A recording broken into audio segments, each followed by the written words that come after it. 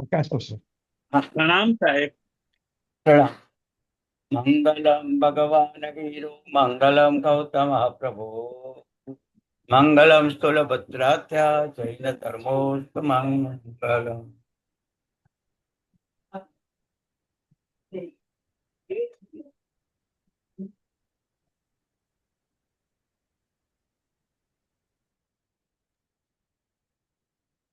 એ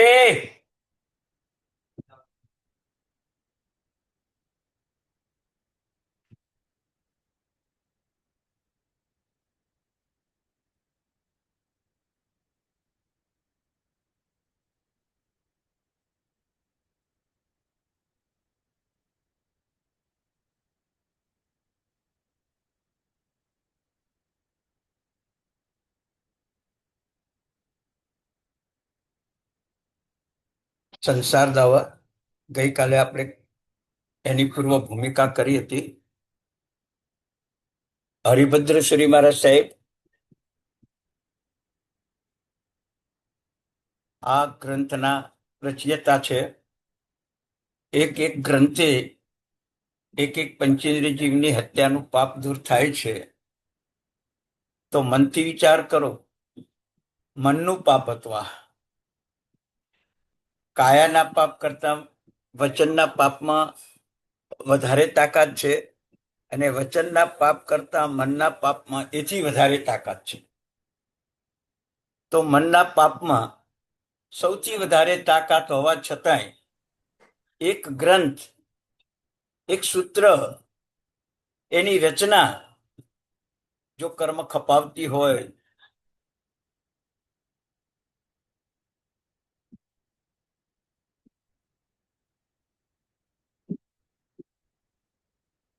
તો એ સૂત્રનું મહત્વ કેવું હશે, એ સૂત્રનું રહસ્ય કેવું હશે.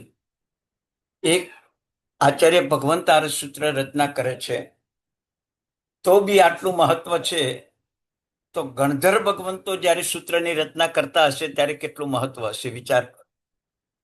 જે ગણધર ભગવંતોએ સૂત્ર રચનામાં રાગ વિરાગ આ બેનું સંયોજન કર્યું છે. સૂત્રના રાગ એવા કે જેમાં વૈરાગ્ય પેદા થાય, છંદો એવા કે જેમાં વૈરાગ્ય પેદા થાય. એટલે રાગોનું પણ મહત્વ છે. જેમ તમને વાત કરી હતી કે માલકોશ રાગ ગાય પ્રભુ, કોઈના પણ મનમાં દુર્ધ્યાન હોય તો એ દુર્ધ્યાન દૂર થઈ જાય, ચિંતા દૂર થઈ જાય. તો વિચાર કરો, દીપક રાગ ગાય અને દીવા પ્રગટે, મેઘ મલ્હાર રાગ ગાય, ભર ઉનાળામાં પણ આકાશમાં વરસાદ આવે, જેઠ મહિનાનો તાપ ચાલતો હોય, ગુજરાતમાં રાજસ્થાનમાં ગરમી પડતી હોય, અને એ ટાઈમે કોઈ ગાયક કલાકાર મેઘ મલ્હાર રાગ ગાય તો પરિણામ એ આવે કે અકાળે વરસાદ વરસે.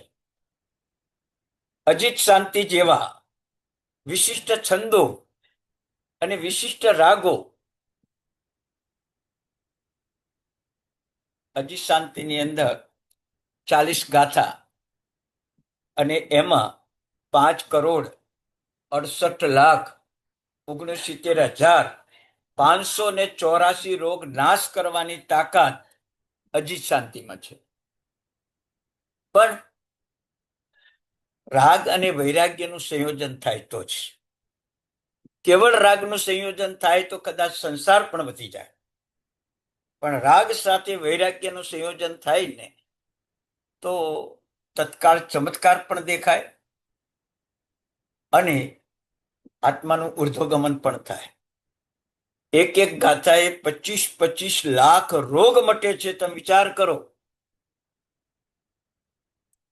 અજીત શાંતિની આવી રચના, 2 મંદિરો પથ્થરના, માણસથી તો હાલી ચાલી ન શકે, પણ અજીત શાંતિના પ્રભાવે 2 મંદિરો એક લાઈનમાં થઈ ગયા, આપોઆપ ખસી ગયા, આપોઆપ ખસી ગયા શત્રુંજય ઉપર.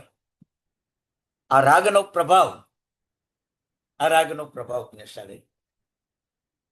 બે પ્રતિક્રમણના દરેક સૂત્રમાં રાગનું એવું સંયોજન કરેલું છે કે આત્માને સીમિત સંસાર થઈ જાય પ્રતિક્રમણ કરતા કરતા. પણ કેવો છે, 20 મિનિટમાં 25 મિનિટમાં પ્રતિક્રમણ કરવું એવો અત્યારે ભાવ છે. પછી ભલે નૌકારવાળી ગણાય, પણ એની પાછળના રહસ્યો જાણ્યા નથી ને, એટલે એના ભાવો આપણને ખ્યાલ નથી. પંચેન્દ્રિય એક સૂત્ર એવું છે કે જેની અંદર વાયુ, પિત્ત અને કફ ત્રણેય રોગોને નાશ કરવાની તાકાત પંચેન્દ્રિયની 2 ગાથામાં અને વંદિતાની 50 ગાથામાં. આ 52 ગાથા એવી છે કે જેની અંદર તમારા શરીરમાં વાયુનો, પિત્તનો, કફનો ભરાવો થયો હોય, ઓછો થયો હોય, એ સમધત થઈ જાય. પણ બોલતા આવડવું જોઈએ, બોલતા આવડવું જોઈએ. એક અજાણી વ્યક્તિ આપણા ઘરે આવી છે. કોણ છો? ક્યાંથી આવ્યો છો? શું કામ આવ્યો છો? આપણે એક પ્રશ્ન જ છે ને, બરાબર? આપ કોણ છો? આપનું શુભ નામ શું છે? આપ ક્યાંથી પધાર્યા છે? પધારો, આપની જરા ઓળખાણ આપો. આ પણ શબ્દો જ છે. પણ એકમાં અનાદર દેખાય છે, બીજામાં આદર દેખાય છે.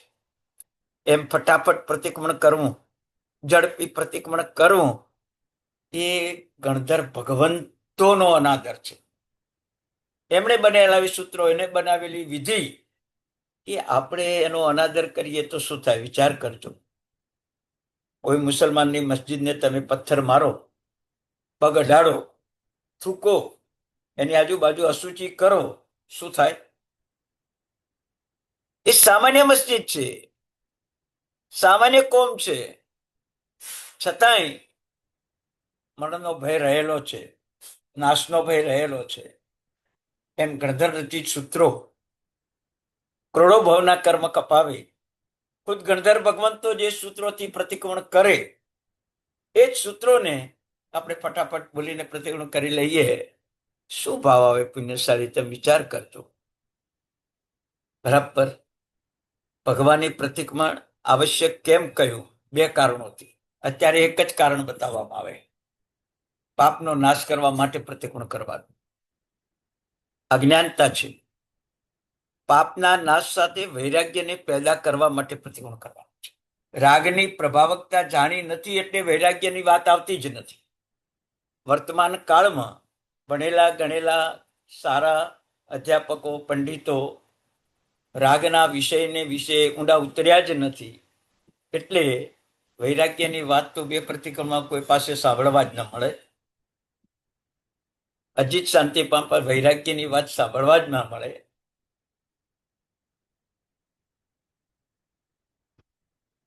ચોખ્ખા શબ્દો લખ્યા છે કે જય છ પરમપયમ અહવા કીર્તિમ સુવિતરમ ભુવણે તાતે લુક્કુ ધરણે ઝીણવૈણે આયરમ કુણઃ. જો ભગવાનનો ધર્મ સાંભળો, આચરો,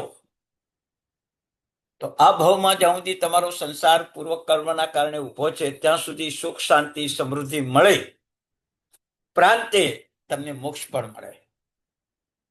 આ જીન વચનનો આદર. તો પરમાત્માના સૂત્રો ગણધર ભગવાનના સૂત્રો પરમાત્માએ ઉભા થઈને આદર કર્યો. આપણે બેઠા બેઠા પ્રતિક્રમણ કરીએ પુણ્યશાળી. ગણધર રચિત સૂત્રોને પરમાત્માએ ઉભા થઈને વાસ નિક્ષેપ કર્યો. રત્નના સિંહાસન પર બેઠેલા છે, સર્વોપરી સત્તાધીશ છે, 12 પ્રસદા સામે બેઠેલી છે, તોય ભગવાન ઉભા થઈને જ્ઞાનનો આટલો આદર કર્યો છે. કેવળ જ્ઞાની છે અને શ્રુત જ્ઞાનનો આટલો આદર કર્યો. આપણે કેટલો આદર પુણ્યશાળી? કેવો આદર! તો આવી 2 પ્રતિક્રમણ સૂત્રની રચના કદાચ પ્રતિક્રમણના સંજોગો ન મળે તો એક સૂત્ર એનો રાગ શીખીને તમારા બેડરૂમમાં, હોલમાં એક સૂત્ર દરરોજ બોલો, એક જ સૂત્ર બોલો. 2 મહિનામાં 52 સૂત્રો બોલાઈ જશે. વંદી તો કદાચ મોટું છે, 10 ગાથા બોલવાની. તો 60 દિવસમાં 2 પ્રતિકોણ સૂત્રનું પ્રભુત્વ તમારા ઘરમાં કેવું હોય છે. શ્રાવક અને પ્રતિક્રમણ ઘરમાં કરવાનું કહ્યું પુણ્યશાળીઓ. આજના કાળમાં જ ઉપાશ્રયમાં કરવા જવાનું વિધાન હતું. ભૂતકાળમાં ઉપાશ્રય ન હતા. શ્રાવક પોતાના ઘરમાં પ્રતિક્રમણ કરે અને એ પ્રતિક્રમણના પ્રભાવથી આદિ વ્યાધિ ઉપાધિ દૈવી ઉપદ્રવો મૂઠમાર જેવા ભયંકર મંત્રો દૂર ભાગે. આટલી તાકાત આ સૂત્રોમાં છે. એ રાગ સાથે વિરાગ, 2 પ્રતિક્રમણનું આ ચૈતન્ય, 2 પ્રતિક્રમણનું આ ચિંતન, 2 પ્રતિક્રમણ પ્રત્યેનો આવો અહોભાવ. તમને કહું, વાત્સલ્ય ભાવ, પ્રેમ ભાવ, સ્નેહ ભાવ, આ 2 પ્રતિક્રમણની ઉત્પત્તિ થવાનું કારણ આ છે. વાત્સલ્ય ભાવ, પ્રેમ ભાવ, સ્નેહ ભાવ એ 2 પ્રતિક્રમણની ઉત્પત્તિ થવાનું કારણ છે. નવકાર બોલો, 500 સાગરો પમના પાપનો નાશ થાય. ઈરિયાવૈયા બોલો, 3 કાળના પાપનો નાશ થાય. ભગવંતે આપણને 2 સૂત્રો આપીને પાપથી વિરામ કરાવ્યો. આપણે કેટલાના દોષ માફ કર્યા? આપણે કેટલાના અવગુણ માફ કર્યા? કેટલાની નિંદા છોડી? આ 2 સૂત્ર ના હોય તો મોક્ષ થાય જ નહીં. તમને કહું, મોક્ષ થાય જ નહીં. કોઈનો પણ ના થાય મોક્ષ.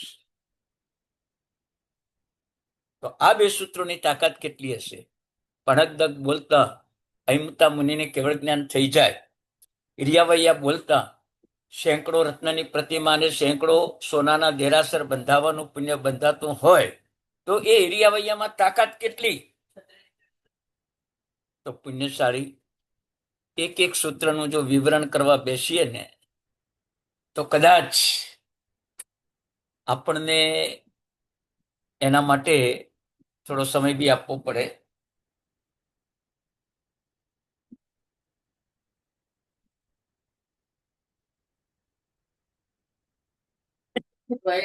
તે છતાં અમુક સૂત્રમાં જે ગુણવત્તા બતાવી છે એનું જો સંશોધન કરવામાં આવે. અમેરિકાને આપણા 2 પ્રતિક્રમણ સૂત્ર ઉપર શ્રદ્ધા છે. એ લોકો એક સૂત્ર ઉપર એનું સંશોધન કરે છે. તમે વિચાર કરો, નવકાર ઉપર સંશોધન કર્યું, ઈચ્છામી કમાસણા ઉપર સંશોધન કર્યું, ઈરિયાવૈયા ઉપર સંશોધન ચાલુ છે. આપણને ખુદને કોઈ રસ જ નથી. પુણ્યશાળી એટલે એક આ પાછી 2 પ્રતિક્રમણના સૂત્રોની એક પૂર્વ ભૂમિકા તમને બતાવી. કેમ કે જીવનમાં લોકોને પ્રતિક્રમણ છૂટી ગયું છે. એના કારણે ભૌગોલિક પદાર્થનો રાગ વધ્યો છે. એ રાગના કારણે દ્વેષ અને મોહ વધ્યો છે.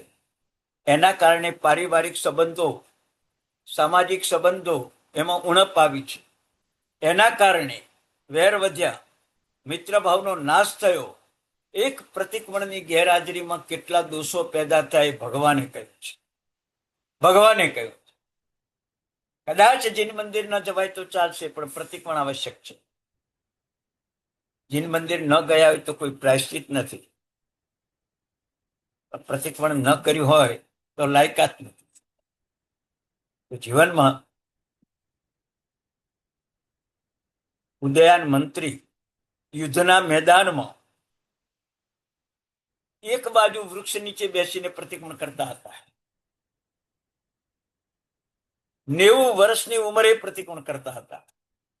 અને એમની સુરક્ષા માટે પહેલા સિદ્ધરાજ અને બીજા કુમારપાળ મહારાજા સૈન્ય રોકતા હતા. ઉદયાન મંત્રીને કોઈ તકલીફ ન મળે એ પ્રતિક્રમણ કરે ત્યાં સુધી ચારે બાજુ કોર્ડન કરીને બેસવાનું. પેથળ શાહ સંજોગો વસાત રાજાએ ગુનેગાર બનાવી અને જેલમાં પૂર્યા. જેલમાં પ્રતિક્રમણ કેવી રીતે કરવું? તો જેલરને 1 સોના મોહર આપવાની. શાના માટે? 1 કલાક માટે હાથ પગમાં પહેરેલી બેડીઓ છોડી દેવાની. 1 કલાક માટે અમારે પ્રતિક્રમણ કરવાનું. બે ટાઈમ. એ બે ટાઈમની 2 સોના મોહર હતી. પ્રતિક્રમણ કરવા માટે 2 સોના મોહર જેલમાં બેઠા બેઠા પેથડ શાહ જેલરને આપતા, કોઈને ખબર ના પડે.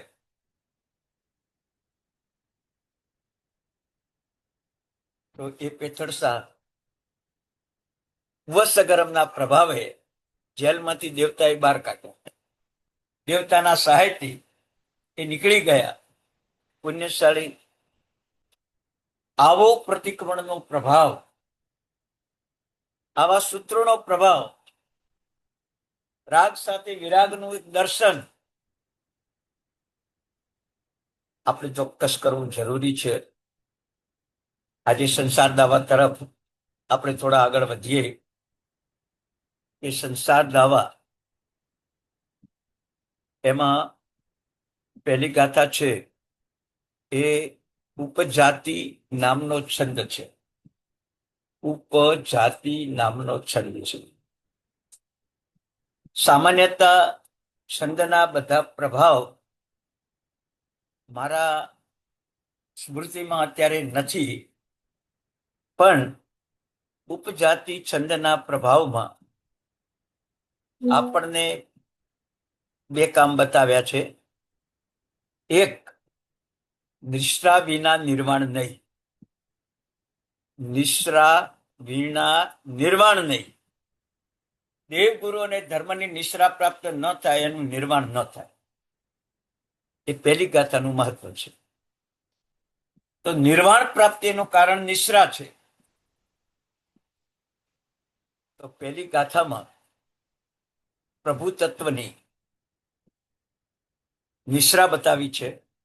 અને એવા સામાન્ય પ્રભુ નહીં, એવી ઉપમાઓ આપી છે કે વિશ્વના કોઈ દેવની નિંદા ન થાય. તમે એક મનથી વિચાર કરો. આપણે તેમ બોલીએ કે અમદાવાદ કરતા સુરત સારું, પણ સુરત સારું એમ બોલો ને, અમદાવાદ કરતા સુરત સારું એમ કેમ બોલો છો? સુરત કરતા મુંબઈ સારું, પણ મુંબઈ સારું છે એમ જ બોલો ને. આ સંસાર દાવાની એક પ્રભુતા છે. એ પહેલી ગાથામાં પ્રભુને એવી ઉપમાઓ આપી છે કે ના દુનિયાના કોઈ દેવની નિંદા નહીં, દુનિયાના કોઈ જ્ઞાની પુરુષની નિંદા નહીં, દુનિયાના કોઈ સજ્જનની નિંદા નહીં. મનથી વિચાર કરો. દુર્જનનો ઉલ્લેખ નહીં, દુર્જનનો ઉલ્લેખ નહીં. રત્નનો પ્રકાશ પથરાય, અંધકાર દૂર થઈ જાય. એવી જ રીતે સંસાર દાવાની પહેલી ગાથા ઉપજાતિ છંદ, નિશ્રા વિના નિર્વાણ નહીં, એ એનો ભાવ છે. એટલે આપણે નિશ્રા, પ્રભુ શાસન, પ્રભુ ધર્મ અને ખુદ પ્રભુ મહાવીર, આ ત્રણેયની નિશ્રા આપણને પ્રાપ્ત થઈ છે. એમાં મહાવીર પ્રભુ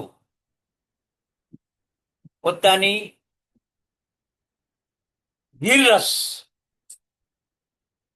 એવો બતાવ્યો છે. તમને તો દુનિયામાં કોઈને માર્યા નથી, દુનિયામાં કોઈને હણ્યા નથી, દુનિયામાં કોઈને જીત્યા નથી, દુનિયામાં કોઈની સાથે વાદ વિવાદ કર્યો નથી, અને છતાંય પ્રભુ સર્વોપરી છે.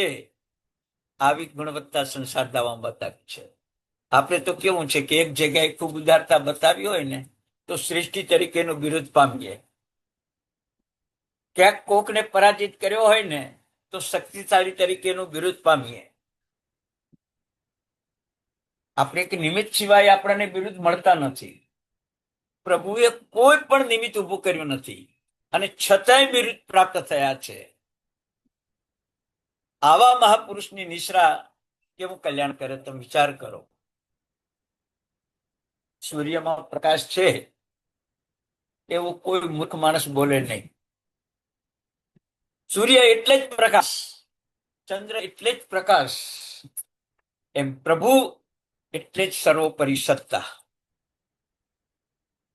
આવી સર્વોપરી સત્તા જેને આ જગતમાં કોઈ જીતી ન શકે, જેને આ જગતમાં કોઈ હરાવી ન શકે, જેને આ જગતમાં એક પદાર્થની પણ જરૂર ન પડે, જેને આ જગતમાં કોઈ કામની જરૂર ન પડે, કોઈની પાસે કોઈ કામ ન કરાવવું પડે એવા સ્વતંત્ર, સ્વચ્છંદી નહીં, સ્વતંત્ર એવા પ્રભુ વિતરાગ પરમાત્મા 1 કરોડ દેવતા સેવામાં હોવા છતાં વિહાર કરીને જ જાય ભગવાન. વિચાર કરો, તમારે 4 વ્હીલ 2 વ્હીલર હોય તો તમે દેરાસર ગાડી લઈને જ જાઓ. પાર્કિંગની જગ્યા મળે કે ન મળે, પણ ગાડી લઈને જ જાઓ. પ્રભુને 1 કરોડ દેવતા સેવામાં હતા તો પ્રભુએ 30 વર્ષ સુધી વિહાર કર્યો. 42 વર્ષ વિહાર કર્યો છે, પણ 30 વર્ષ તો 1 કરોડ દેવતા હાજર હતા છતાં વિહાર કરીને ગયા છે. કોઈ દેવતાને એમ નથી કીધું મને ઉપાડી લઈ જાઓ. આવા મહાપુરુષની નિશ્રા આપણને મળી છે. હવે નિર્વાણ પાવે કે ના પાવે તો વિચાર કરો. પોતાના પુણ્યથી મળેલા પદાર્થોનો ભોગ ન કરવો એ વૈરાગ્ય. ભગવાન તો વિતરાગ છે, પણ આપણને આ સંવત્સરણ જોઈને, પ્રભુની આ દિનચર્યા જોઈને આપણને એમ થાય છે કે મને ભોગોભોગની વસ્તુ ભલે મળી, પણ ધર્મ કરવા સમયે એ પાપના સાધનનો ઉપયોગ ન કરવો એવું આપણામાં ખરો. તો પુણ્યશાળી આ સંસાર ધાવાની એક રચના, અને એ રચનામાં રાગ વિરાગ એનું જે સંયોજન, વાંસળી સારી હોય, વગાડનાર હોશિયાર હોય તો માણસોને ઊંઘાડી પણ દે અને માણસોને જગાડી પણ દે.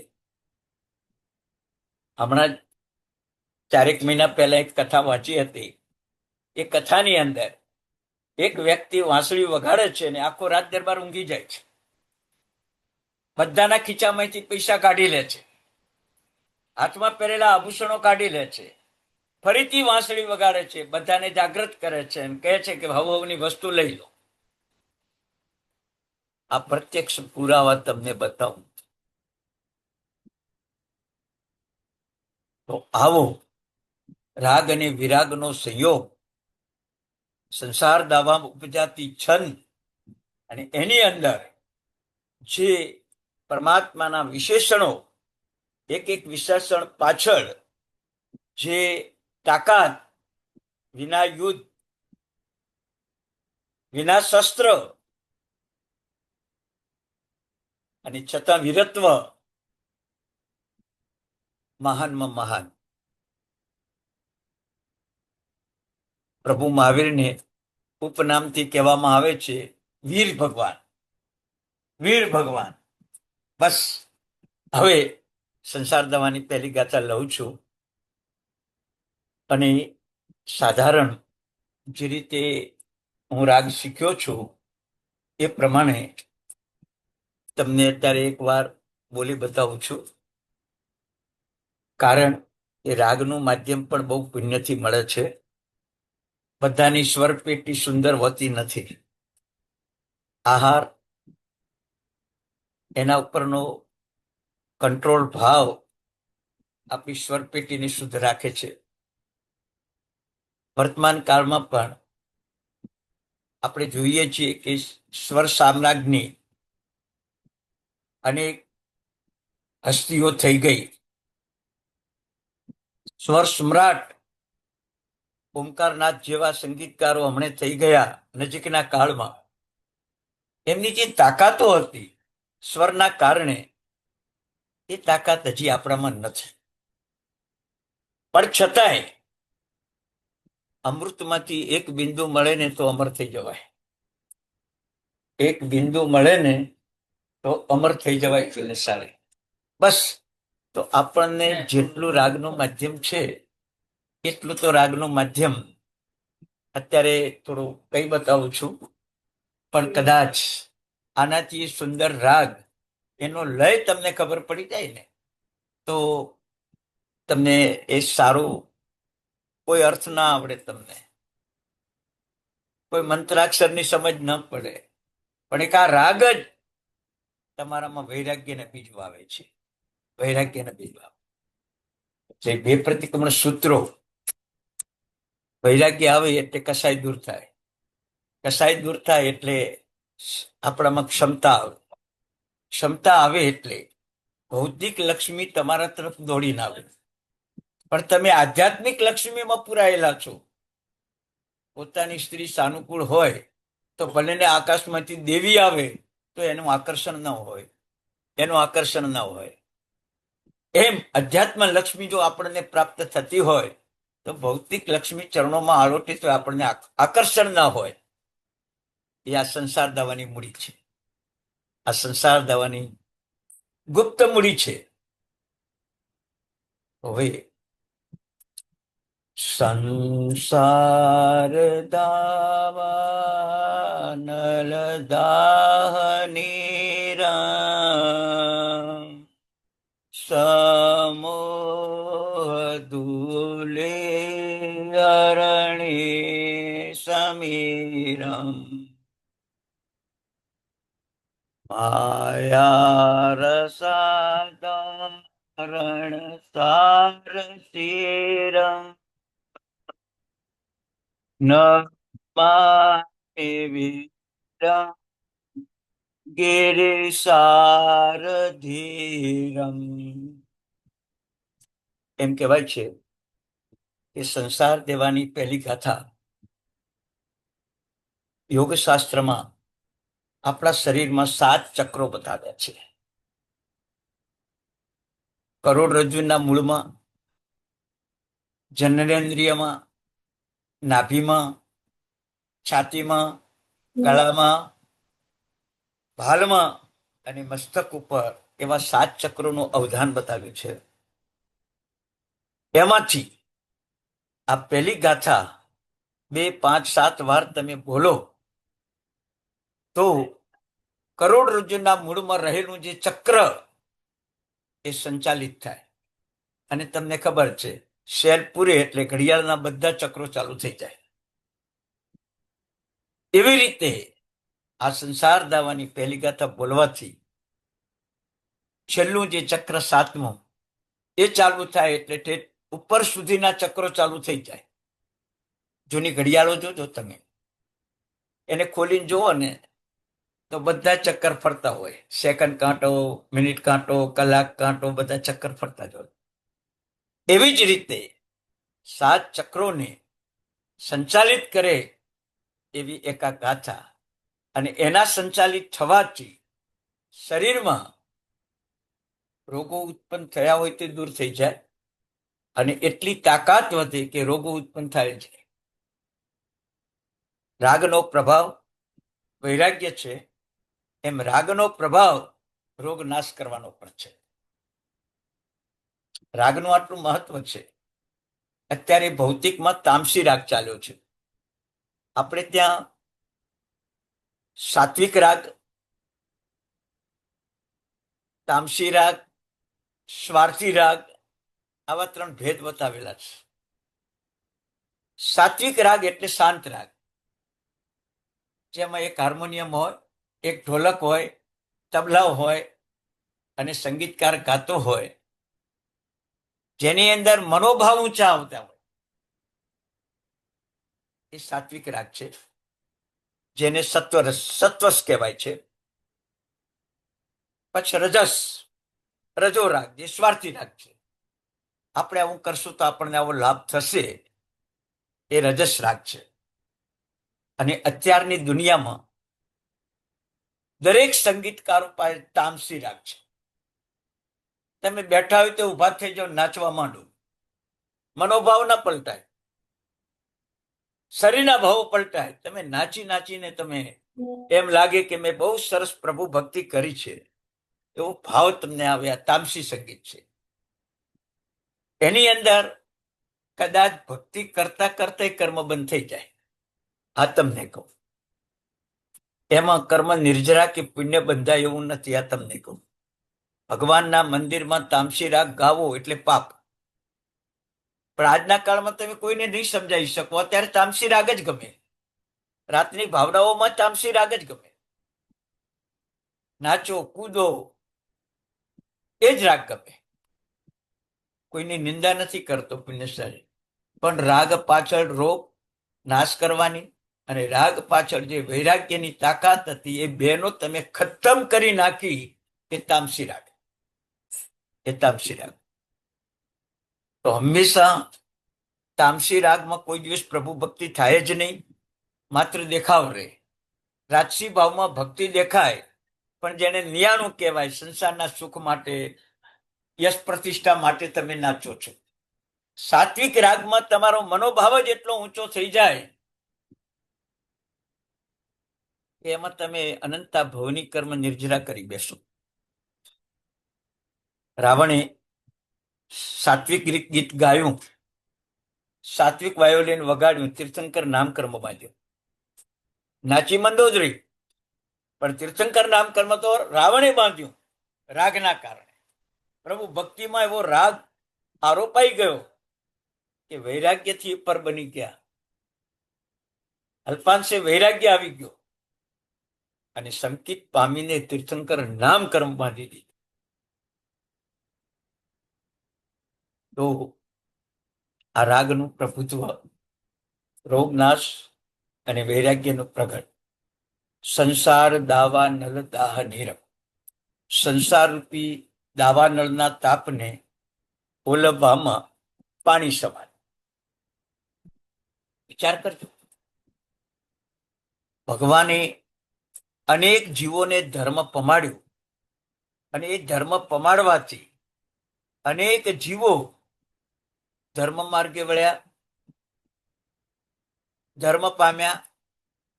ધર્મ કરીને કેટલાક જીવો મોક્ષે પહોંચ્યા, કેટલાક જીવો દેવલોકમાં પહોંચ્યા.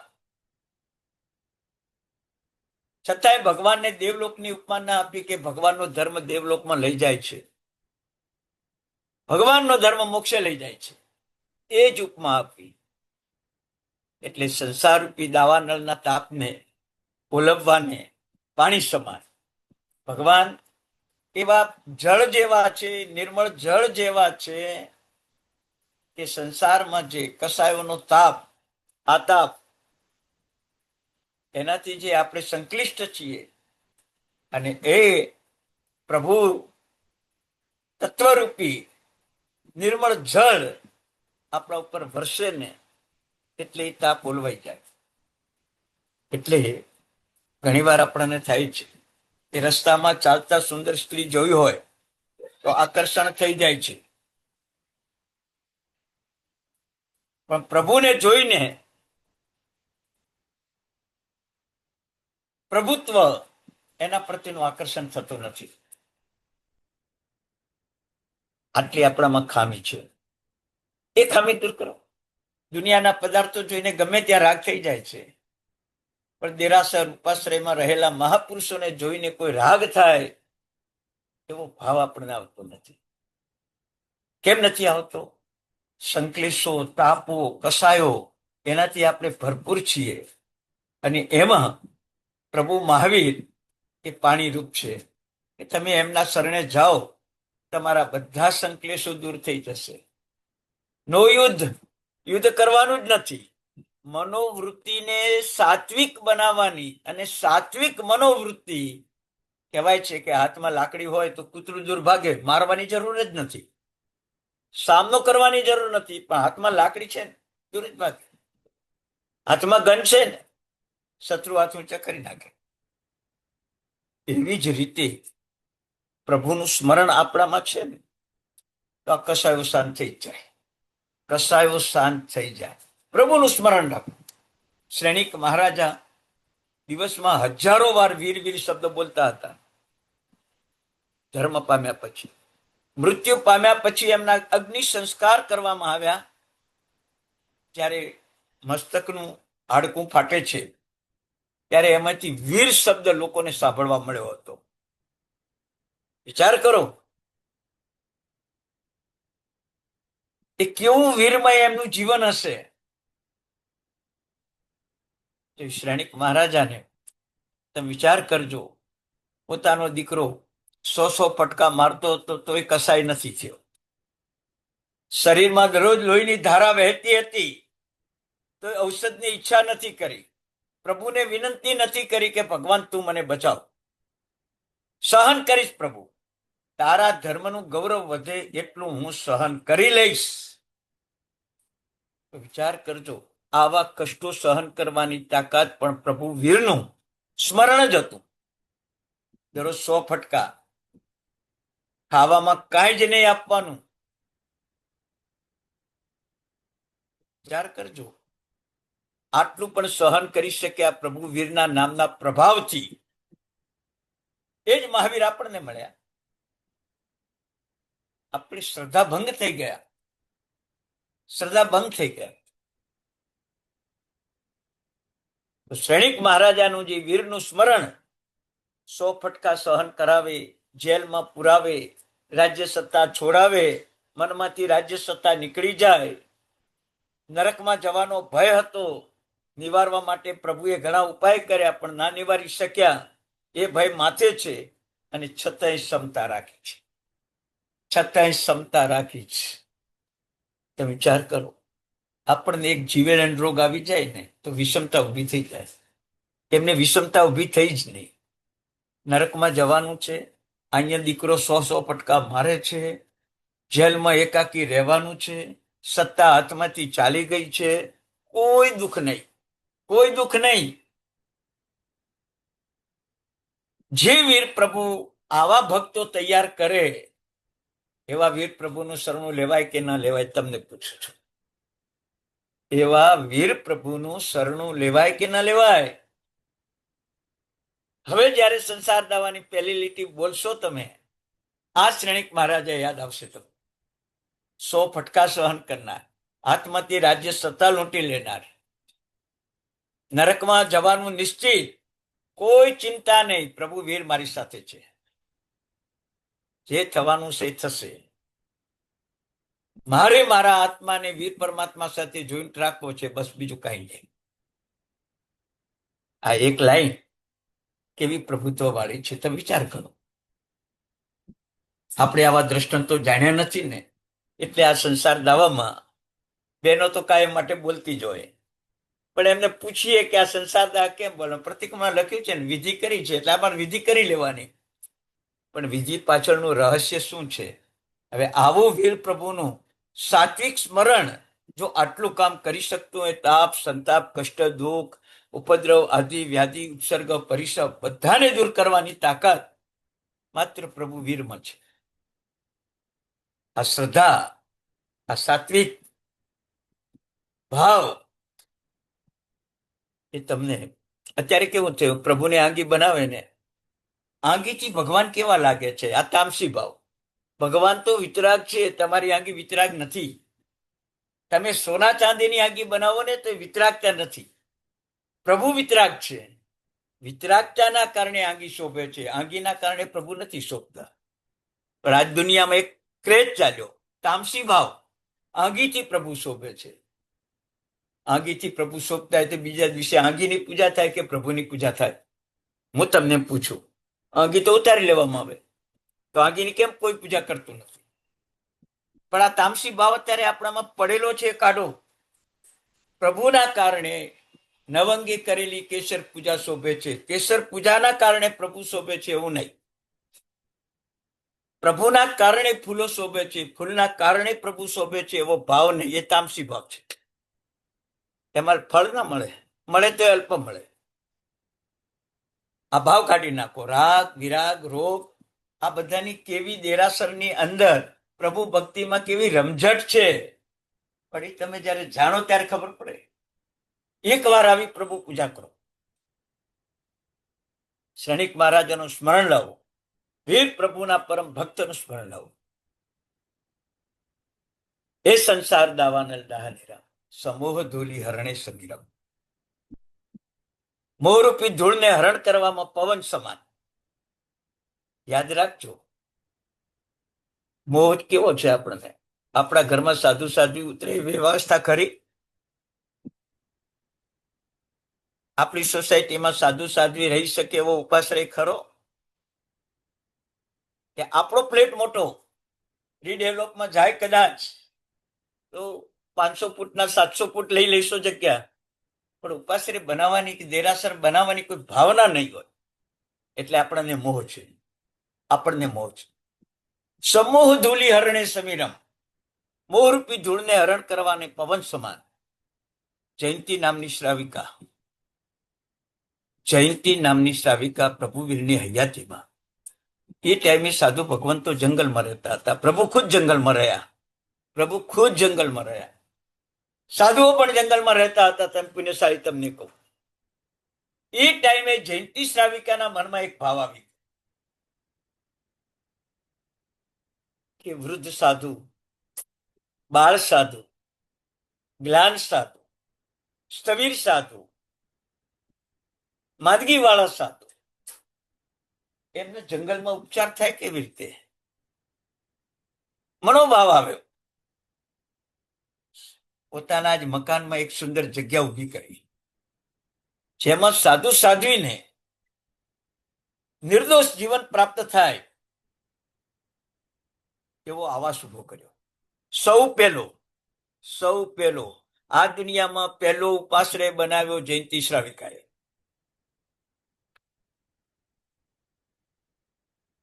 કેવો મોહ ઉતરી ગયો હશે, વિચાર કરો. તીર્થંકર નામકર્મ બાંધ્યું. આવતી 24મીમાં તીર્થંકર થવાના છે જયંતી શ્રાવિકા. પ્રભુવીરનું શરણું, ઘરને ઉપાશ્રય, ઘરને જી મંદિર બનાવવાની ભાવના જાગે, એ મોહરૂપી ધૂળ દૂર થઈ ગઈ. પવન સમાન ભગવાન, પાણી અને પવન. તમે જુઓ આ જગતમાં આ બે વસ્તુઓ દૃશ્ય થઈ જાય તો કોઈ જીવ જીવી ના શકે. દુનિયાની મહાન શક્તિઓની ઉપમા આપી. પાણી વિના જીવી ન શકાય, સાધુને પણ પાણી પીવું પડે. પવન વિના જીવી ન શકાય, તીર્થંકરને પણ શ્વાસોશ્વાસ લેવા પડે. વિચાર કરો, આવી બે મહાસત્તાઓ દુનિયામાં છે જે આખા જગતને જીવાડે છે. એની જ ઉપમા પ્રભુને વરી છે. કેવો હશે સંસાર? આવા રચના કરી હશે ત્યારે કેટલા વિચાર કર્યા હશે. આવી ગાથા બનાવી હશે ત્યારે એમને કેવા ભાવો આવ્યા હશે. ત્યારે આવા શબ્દોની રચના એમના મગજમાં બેઠી હશે.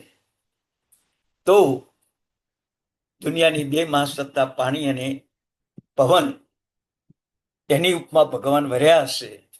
તો ભગવાન કેવા વીર હશે. ના યુદ્ધ, ના શસ્ત્ર, ના સામનો, ના રણભૂમિ.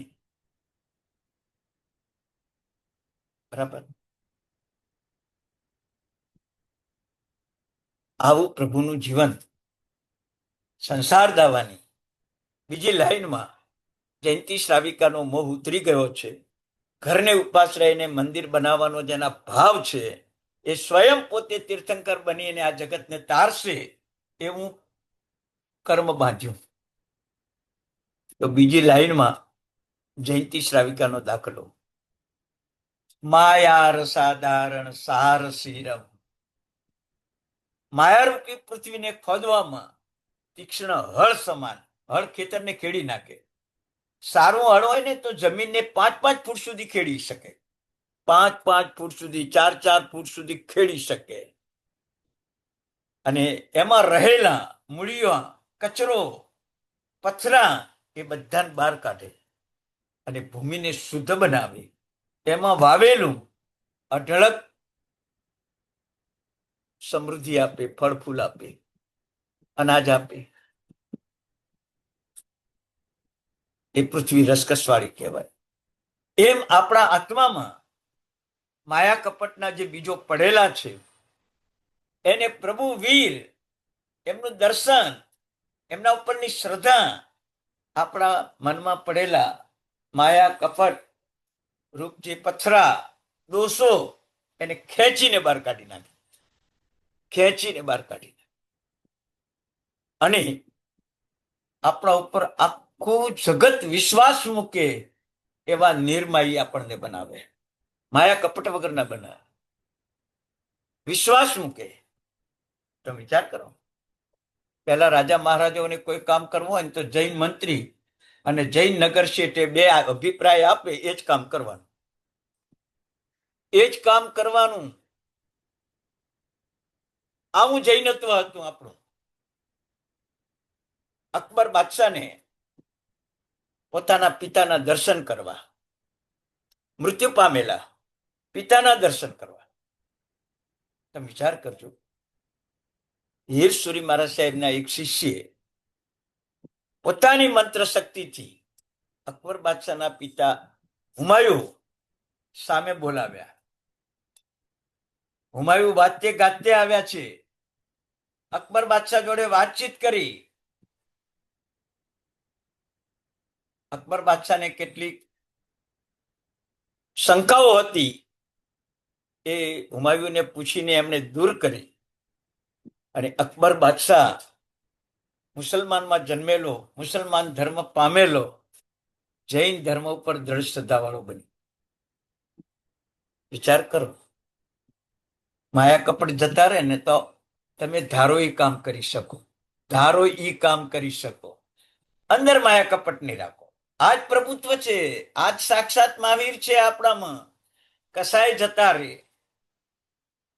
મોહ જતો રે, માયા કપટ જતું રે. કોણ વિશ્વાસ ના કરે તમારા ઉપર? એમ વિચાર કરો તમે. આપણે કાઢવા જેવું આજ છે. પેલા કસાયો કાઢો, પછી મોહ કાઢો, પછી માયા કપટ કાઢો. જો તમે ખુદ વીર પ્રભુ છો. આવા વીરનું શરણું કોને ન ગમે? આપણે ન કાઢી શકીએ તો ભગવાન કાઢી નાખે. આપણે ન કાઢી શકીએ તો ભગવાન કાઢી નાખે. જય માયા કપટના શરણે ગયા રૂકમી સાધ્વી, લક્ષ્મણા સાધ્વી, મલ્લીનાથ ભગવાન સ્ત્રી વેદ પામ્યા, સંસારમાં રખડી પડ્યા.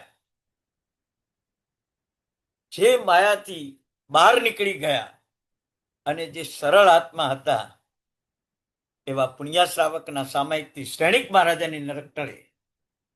પુણ્યા શ્રાવકના સામાયિકથી શ્રેણિક મહારાજાની નરક ટળે. કારણ કે નિર્માયી એવા પુણ્યા શ્રાવક હતા, સરળ હતા. સરળનો અર્થ જે કે માને એવું નહીં. અહીં સરળનો અર્થ શું છે? સરળનો અર્થ એ છે જે સાચું છે એને જ સ્વીકારવાનું, પ્રાણના ભોગે ખોટું ન સ્વીકારવું. એ સરળતા, એ સરળતા. મેં કીધું ને મારું માન્યું, તમારું તમે કીધું ને તમારું માન્યું, તો આપણે કહીએ કે આ માણસ બહુ સરળ છે, જે કે એનું માની લે. એ સરળતા તો નુકસાન કરે. સત્યનો પક્ષ પકડે, માયાનું કપટ છોડી દે, એ સરળતા આપણામાં આવે ને તો કામ થઈ જાય. કામ થઈ જાય. તો વિચાર કરો. આવો સરળતાનો સત્ય પક્ષ ઇન્દ્રભૂતિ પોતે અભિમાનથી પ્રભુ મહાવીર પાસે આવ્યા. સંવત્સરમાં પોતાની જય બોલાવતા બોલાવતા ચડ્યા. અને એ ટાઈમે પ્રભુ મહાવીરે સરળતાથી ઇન્દ્રભૂતિને બોલાવ્યા. કેવી રીતે ખબર છે? હે ગૌતમ ગોત્રીય ઇન્દ્રભૂતિજી. કેવા શબ્દો બોલ્યા? માયા કપટ નથી, સરળતા છે પ્રભુમાં. અને ઇન્દ્રભૂતિજીને કહ્યું કે તમને તમારા શાસ્ત્રમાં પણ સંદેશ છે, એમાં પણ જીવ નામનો સંદેશ છે. એમાં તમે આ વેદ વાક્ય ને આ વેદ વાક્ય બે એકઠા કરો, તમારા જીવનો સંદેશ ચાલ્યો જશે. અને ઇન્દ્રભૂતિ ગૌતમ કોઈને ખબર ન હતી કે એમના મનમાં આ શંકા છે. કેવળ જ્ઞાની ભગવંતે એમને શંકા બતાવી દીધી અને સરળતાથી બતાવી. બે વેદ વાક્યોથી, પોતાના અગમથી નહીં, પ્રભુના જ્ઞાનથી નહીં, પણ બે વેદ વાક્યો એમના જ જીવની શંકા છોડાવી દીધી. એવા ઇન્દ્રભૂતિ ગૌતમ, એવા સરળ પ્રભુની વાણીને સ્વીકારી લીધી. ત્યાં જ દીક્ષા લીધી, ત્યાં જ દ્વાદશાંગી રચી. અને આ જગતના એક મહાન ગૌતમ ગણધર ઇન્દ્રભૂતિ આપણને મળ્યા. 50,000 કેવડીના ગુરુ આપણને મળ્યા. વિચાર કરો તમે, સરળતા શું કરે? બરાબર. આવી સરળતા આપણે જોઈએ છે. પ્રભુ આપોઆપ આપણા ઉપર પ્રસન્ન થશે. પ્રભુ આપણા ઉપર આપોઆપ પ્રસન્ન થશે. ઇન્દ્રભૂતિ ઉપર પ્રસન્ન થયા ને. અજય નતા, બ્રાહ્મણ હતા, યજ્ઞ કરાવતા હતા, 500 શિષ્યોના ગુરુ હતા. કશું જ પ્રભુએ દોષ ના જોયો, એમનામાં સરળતા જોઈ. અને પોતાના પક્ષમાં લાવ્યા નહીં, આવી ગયા. 500 શિષ્યો આવી ગયા. ઇન્દ્રભૂતિ આવ્યા, અગ્નિભૂતિ આવ્યા, વાયુભૂતિ આવ્યા. એક સરળતા શું કામ કરે તમે વિચાર કરો.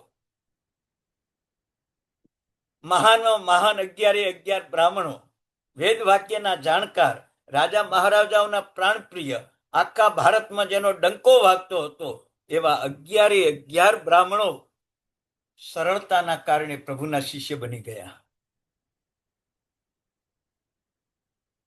આ સરળતા પ્રભુ આપણા ઉપર પ્રસન્ન થાય, પ્રભુ પૃષ્ઠભૂમિકામાં આપણને સહાય કરે.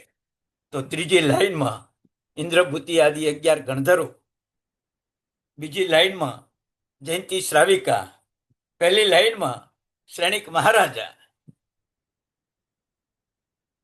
નમામિ વીરમ ગિરિશાર ધીરમ, ચોથી લાઈન પરમાત્મા મહાવીર, નમામિ વીરમ, મહાવીર સામે હું છું.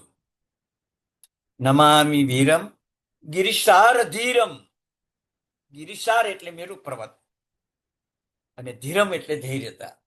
મેરુ પર્વત જેવી અડગ ધૈર્યતા જેનામાં છે એવા પ્રભુને હું નમું છું. વિચાર કરજો, મેરુ પર્વત જેવી અડગ ધૈર્યતા જેનામાં છે. એક રાતમાં 22 ઉપસર્ગો થયા તો ભગવાન ચલાયમાન ન થયા. 20 ઉપસર્ગો થયા, ચલાયમાન ન થયા. 12.5 વર્ષ ઘણા પરિસવો આવ્યા તો એ પ્રભુ ચલાયમાન ન થયા. કાળ ચક્ર એમના ઉપર છોડ્યું તો એ પ્રભુ ચલાયમાન ન થયા. જમીનમાં ઢીંચણ સુધી ઉતરી ગયા તો એ પ્રભુ ચલાયમાન ન થયા. કાનમાં કીલા ઠોકાયા તો એ પ્રભુ ચલાયમાન ન થયા. પગમાં રસોઈ રાંધી તો એ પ્રભુ ચલાયમાન ન થયા. અરે બાપ, મારા પગ બળી જશે એવો ભાવ નથી આવ્યો. આવી ધૈર્યતા વાળા મારા ભગવાન, એને હું નમસ્કાર કરું છું. કેવો વિલ પાવર આવે આપણને, કેવો વિલ પાવર આવે. અનાર્ય ક્ષેત્રમાં રહેલા આર્દ્રકુમાર, અભયકુમારે પ્રતિમા મોકલી. આર્દ્રકુમાર પ્રતિમાને ઓળખે નહીં. કાને પહેરી, ગળામાં પહેરી, હાથ ઉપર પહેરી, કેડમાં પહેરી, પણ ક્યાંય સેટ જ ન થાય. કોઈ આભૂષણ કયું છે ખબર જ નહીં. એ જ પ્રતિમા લઈને આર્દ્રકુમાર અભયકુમારને મળવા આવે છે. અનાર્ય ક્ષેત્રમાંથી આર્ય ક્ષેત્રમાં આર્દ્રકુમારને આગતા સ્વાગતા કરે છે. પહેલી વાર જ મળ્યા છે, પણ ભેટ કેવી આપી? ભેટ કેવી આપી? ભગવાને કહ્યું છે કે આર્દ્રકુમારને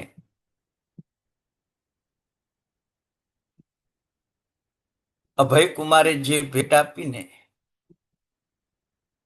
એના કરતા ઉત્તમ ભેટ આપણને પ્રભુએ મનુષ્ય જન્મ આપ્યો છે. મનુષ્ય જન્મ આપ્યો છે તો એ પ્રભુનું મૂલ્ય આપણને નથી, આપણને નથી. બરાબર છે. આર્દ્રકુમારને હતું. આર્દ્રકુમારે જ્યારે પૂછ્યું આ શું છે, ત્યારે પ્રભુ પ્રતિમા, એનું નિદર્શન, એનું રહસ્ય, 5 મહાવ્રતોનું દર્શન, રાગ અને વિરાગ વચ્ચેનું યુદ્ધ, એમાં વિતરાગતા કેવી રીતે પેદા થાય અને એની મૂર્તિ કેવી રીતે બને, એ બધું જ એને સમજાવ્યું. આર્દ્રકુમાર ધર્મ પામ્યા, દીક્ષા લીધી, દેવલોકમાં ગયા. વિચાર કરો તો, આવા પ્રભુવીર, મેરુ પર્વત જેવા અડગ ધૈર્યતા વાળા, 12.5 વર્ષ સુધી કોઈ દિવસ તકલીફ ન પડી. કેવળ જ્ઞાન પછી પણ લોહીના ઝાડા થયા ગોશાળાએ પ્રભુ ઉપર તેજોલેશા છોડી. 6 મહિના લોહીના ઝાડા થયા તો દવા નથી ઈચ્છી, ઔષધ નથી ઈચ્છ્યું. આવી અડગતા મારા પ્રભુમાં છે. આવા અડગ પ્રભુ મારા ઉપર પ્રસન્ન થાય, કેવું કામ થઈ જાય, કેવું કામ થઈ જાય, તમે વિચાર કરજો. પણ આપણને બોલી ગયા કે મેરુ પર્વત જેવા ધૈર્યતા વાળા. આપણે સમજીએ કે આપણામાં ધીરતા કેટલી, ધૈર્યતા કેટલી. 7 વાર સાંભળ્યા પછી બોલવું એવી ધૈર્યતા કેટલી. સેંકડો વાર દોષ અવગુણ જોયા પછી ન જ બોલવું એવી ધૈર્યતા ખરી, એવી ધૈર્યતા ખરી. ઋષભદેવ ભગવાનનો એક ભાવ, 5મો કે 6ઠો ભાવ છે પ્રાય. પોતાના મિત્રના દોષ જોયા 13 ભવ સુધી એ મિત્રને ક્યારેય પણ નિંદા ન કરી કે આ ભવમાં મારો એક ખરાબ મિત્ર હતો અને એનામાં આટલા બધા ભયંકર દોષ હતા, અમારા ગ્રસ્ત જીવનમાં એને આગ લગાડી હતી અને અમારું ગ્રસ્ત જીવન ખંડેર કરી નાખ્યું હતું, આવો એક મિત્ર હતો, એનો ઉલ્લેખ જ ન કર્યો. કેવળ જ્ઞાન પામ્યા પછી કેવી ધૈર્યતા હશે, વિચાર કરો, કેવી ધૈર્યતા. મારે કોઈના દોષો ઉઘાડા ન કરવા, કોઈના અવગુણ ઉઘાડા ન કરવા, એવી ધૈર્યતા આપણે ધારણ કરવાની. પ્રભુ શું પ્રસન્ન થાય, સ્વયં પ્રભુ બની જાઓ. સંસાર દાવાનું કીધું ને, નિશ્રા વિના નિર્વાણ નહીં, આ ગાથાનું પ્રભુત્વ છે પુણ્યશાળી. તો આવી એક ધૈર્યતા, અઢળક સમૃદ્ધિ હોય તોય ધૈર્યતા, અઢળક ગુણો હોય તોય ધૈર્યતા, કોઈના અઢળક દોષો દેખાય તોય ધૈર્યતા. ક્યાંય અધીર નહીં બનવાનું. આ દુનિયા સૂર્ય ઉગે છે, બધું બધાને દેખાડે છે. લોકો પાસે જ્ઞાન છે, બધાને બધા જોવાની શક્તિ છે. આપણે કેમ પંચાયત કરવી? આપણે કેમ પંચાયત કરવી? આ વાત ચોથી લાઈનમાં બરાબર. તો આ 4 લાઈનમાં 4 મહાપુરુષોનું સ્મરણ કરીને એક ગાથા દરરોજ 5-7 વખત બોલજો. જો તમારા જીવનમાં કેવું પરિવર્તન આવે છે પુણ્યશાળી, અને એ પરિવર્તન તમને પ્રવર્તન, પ્રતિક્રમણ અને પરમ પદ સુધી પહોંચાડે. ઉત્તરાધ્યાયનો પાઠ છે. આપણે ઉત્તરાધ્યાયનું પહેલું અધ્યયન કર્યું ત્યારે આ જ વાત તમને બતાવેલી હતી. તો એ જ આ ગ્રંથ આપણને આ પ્રાપ્ત થયો છે. અને એ ગ્રંથની પહેલી ગાથામાં આ રીતે મહાન અડગતા, નિશ્ચળતા, એવી ધૈર્યતા એ આપણે પોતાની ખુદને પ્રગટ કરવાની છે. ઋષભદેવનો દ્રષ્ટાંત પહેલામાં સંસાર દાવાનલ દાહ નિરમ શ્રેણિક મહારાજા, બીજાની અંદર જયંતિ શ્રાવિકા, ત્રીજાની અંદર ઇન્દ્રપુતિ ગૌતમ, અને ચોથી લાઈનમાં ઋષભદેવ ભગવાનનો એક ભવ. બસ હવે આ ગાથાનું સ્મરણ કરજો, આ 4 દ્રષ્ટાંતો વિચારજો. આ સંસાર દાવા તમને શું આપે છે એ તમે જોજો. હવે બીજી ગાથા પછી આપણે આગળ કરશું. સર, આપણે તે દિવસે તમે કીધેલું ને કે હું ભૂલી ગયો છું કે પહેલી ગાથામાં આટલું છે, બીજી ગાથામાં એનાથી મોટું છે, ત્રીજી ગાથામાં એ ફરી પાછું કહો ને. પહેલી ગાથામાં ઓછા અક્ષર અને નાની ગાથા છે. બીજી ગાથામાં વધારે અક્ષર. દાખલો આપીને કીધેલું કઈ. એ મમ્મીનો દાખલો કીધો તો, મમ્મી મને ખાવા આપ. પછી ના સાંભળે એટલે બીજી વાર બોલ્યા, મમ્મી મને ખાવા આપ. બસ એ હાજી હાજી એ જ રીતે આ સંસાર દાવામાં છે. એનું અર્થઘટન આપણે પહેલી ગાથા કરી, 3 ગાથા થશે એટલે અર્થઘટન કરી બતાવીશ કે આ સંસાર દાવા સચિન છે. અને સર, આ ગાથાનું આપણે સંસ્કૃત અને પ્રાકૃત કેવી રીતે થાય છે એ જરાક સમજવું છે. હવે જો આપને 7 વિભક્તિ સંસ્કૃતને આવડતી હોય તો હું તમને સમજાવી દઉં. નથી આવડતી તો ના, થોડી અમુક વસ્તુ જાણાય, બધું નથી જાણાતું. હા, જો થોડું કરીશ હું ટ્રાય, તમને પહેલી 7 વિભક્તિ સમજાવી. કર્તા, કારણ, કર્મ, કાર્ય, માટે, એ પહેલી 7 વિભક્તિ સમજાઈશ. અને પછી એના ઉપરથી આપણે થોડું લેશું. થોડું થશે, પછી સંસાર દાવા થોડા લાંબા થશે, પણ સરસ. જો ના, કોઈ વાંધો નથી. આવી અદ્ભુત વાતો લગભગ ક્યાંય સાંભળવા તમને નહીં મળે. હું તમને કહું, આ અર્થતત્વ ચિંતન પાછળ મેં ઘણા વર્ષો ગાળ્યા છે પુણ્યશાળી, તમને કહું. હાજી. અને એને મેળવવા માટે ઘણા બધા ગ્રંથો વાંચ્યા છે, ત્યારે જ આ બધું ઉપલબ્ધ થયું છે. અને મને એટલે મને જે વિદ્યાર્થીઓ મળ્યા એ બધા આજ સુધી મને મુંબઈમાં આવ્યા પછી બહુ સારા જ મળ્યા છે. સારા એટલે આવા તત્વચિંતનમાં એ કંટાળતા નથી. બાકી પાઠશાળામાં ભણાવતો હું તો 1 કલાકમાં 4 ગાથાના અર્થ પૂરા જ કરાવવા પડે મારે. 1 કલાકમાં 4 ગાથાઓ. આપણે કોઈ ઉતાવળ છે જ નહીં સર. હાજી હાજી.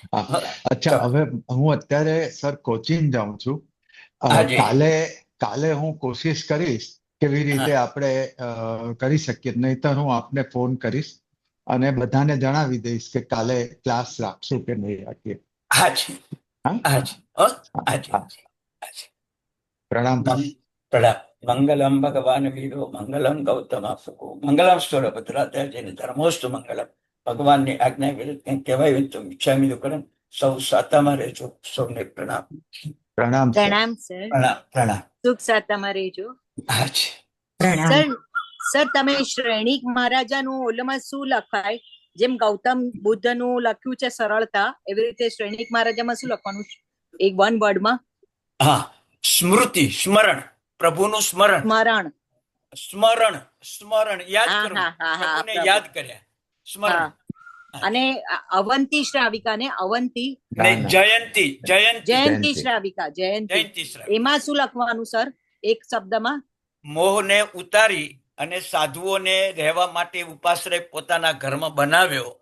હા. બરાબર કે ગ્લાન, સ્થવિર, બાળ સાધુને કોઈ આવશ્યકતા રહે તો જંગલમાં ક્યાંથી મળવાનું છે, ગામમાં છે તો મળશે, એવો અંદર ભાવ કરુણા વહાવી અને સૌથી પહેલું પોતાના એક મકાન જ આપ્યું. ઉપાશ્રય શબ્દ નથી વાપર્યો, એ મકાન આપ્યું, એને સૈયાતર શબ્દ વાપર્યો છે. બરાબર. તૈયાધર. હા. હા હાજી. પ્રણામ સર. પ્રણામ અપની સર. પ્રણામ બધાને. અંજલિબેન પ્રણામ. હાજી. સર એટલે તમે આપણે પહેલા પુણ્ય શ્રાવક, પછી જયંતી શ્રાવિક, શ્રેણિક પહેલા મહારાજ, શ્રેણિક મહારાજા, પછી બીજા- જયંતી શ્રાવિક, બીજા જયંતી નહીં, જયંતી શ્રાવિકા, બીજા ગૌતમ સ્વામી, ત્રીજી જયંતી શ્રાવિકા, ત્રીજા અને ચોથા ઋષભદેવ. ઋષભદેવ ભગવાન, ચોથા અચ્છા. ઋષભદેવ. હાજી. અચ્છા, હા જી, હા, થેન્ક. સરસ. પ્રણામ સર. પ્રણામ પ્રણામ.